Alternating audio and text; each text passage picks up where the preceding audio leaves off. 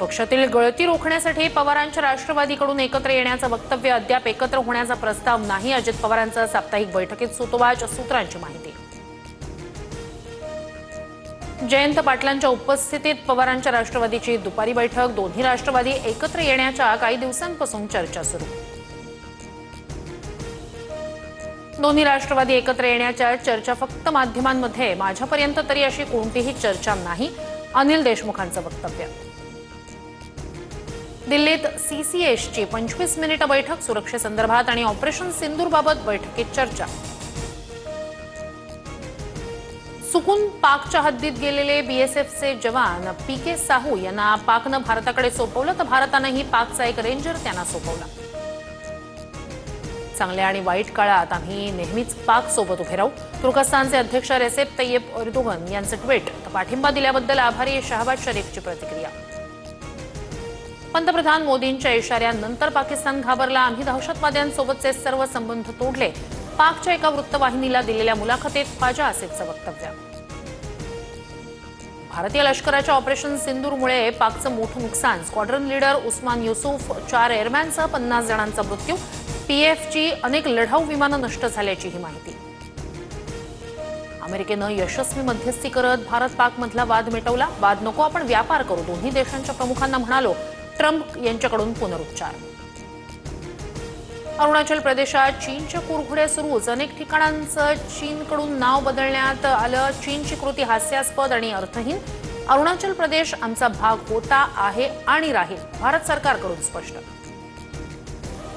सुरक्षेच्या दृष्टिकोनातून मुंबई पोलीस अलर्टवर। Drone, paraglider, paramotors, hot air बलूनवर 3 जूनपर्यंत बंदी। आदेशाचं पालन न करणाऱ्यांवर कायदेशीर कारवाई होणार।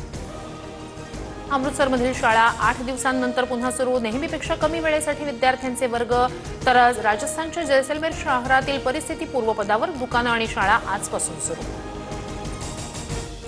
राज ठाकरे नारायण राणे यांनी पक्ष सोडल्यानंतर शिवसेनेवर दावा केला नाही, त्यांनी स्वतःचा पक्ष काढला। संजय राऊतांकडून नारायण राणे आणि राज ठाकरेंचं कौतुक। ठाण्यात उपमुख्यमंत्री शिंदेंच्या घराबाहेर प्रहार संघटनेचं आंदोलन। शिंदेंचा आंदोलनकर्त्यांशी संवाद।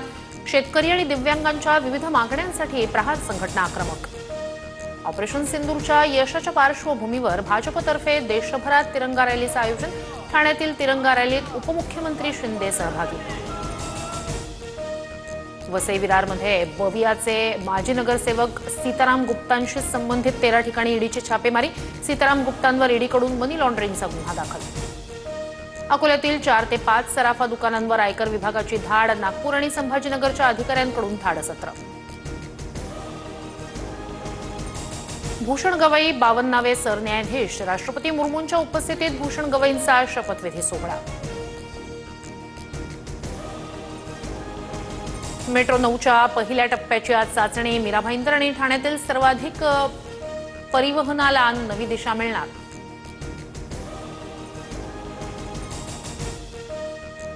क्रिकेटर रोहित शर्मानं मुख्यमंत्री देवेंद्र फडणवीसांची भेट घेतली। फडणवीसांनंतर रोहित शर्मा आणि उपमुख्यमंत्री अजित पवार यांच्यात भेट। सोनं आणि चांदीच्या दरात पुन्हा वाढ। सोनं 97,644 रुपये प्रतितोळा, तर चांदीचा दर 1,940,000वर। सोलापूरच्या माळशिरसमध्ये गारपीट। रायगड जिल्ह्यात अवकाळीमुळे भात पीक पाण्यात गेल्यानं आर्थिक नुकसान। तर धाराशिवच्या उमरग्यात वीज पडून घोड्याचा मृत्यू।